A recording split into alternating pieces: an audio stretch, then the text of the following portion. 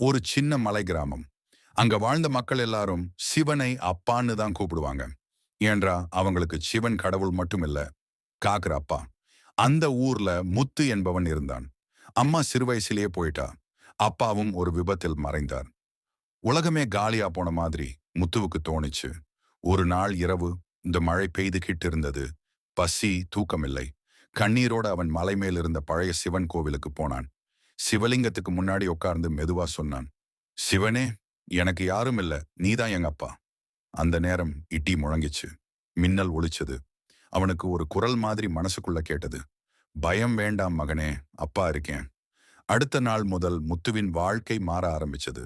வேலை கிடைச்சது. நல்ல மனிதர்கள் துணை நின்றார்கள். ஒவ்வொரு தடவையும் அவன் மனம் உடைஞ்சப்போ சிவன் கோவிலுக்கு போய் அப்பாவிடம் பேசுவான். வருஷங்கள் கழிச்சு முத்து பெரிய மனிதன் ஆனான். யாராவது கேட்பாங்க, உங்க அப்பா யார்? அவன் சிரிச்சுக்கிட்டு சொல்லுவான், எங்க அப்பா சிவன்.